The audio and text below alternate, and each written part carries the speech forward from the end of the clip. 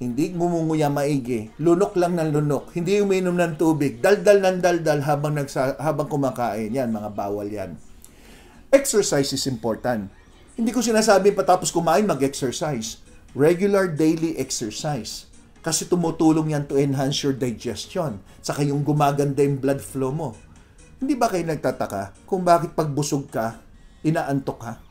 Eh kasi lahat ng dugo mo pupunta ngayon doon sa stomach mo para tumulong sa pantunaw ng kinain mo. So yung brain mo, kumakapos ang dugo, bumababa oxygen kaya inaantok ka. So mas busog ka, mas lalo kang aantokin. Konti lang kinain mo, mas hindi ka antokin. At the same time, hindi nahirapan tiyan mo tunawin. Kasi dami mong kinain eh.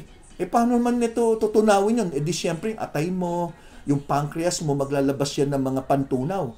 The more na marami kang kinain, marami siyang linalabas hanggang ito'y napapagod. Minsan yun ang dadahilan para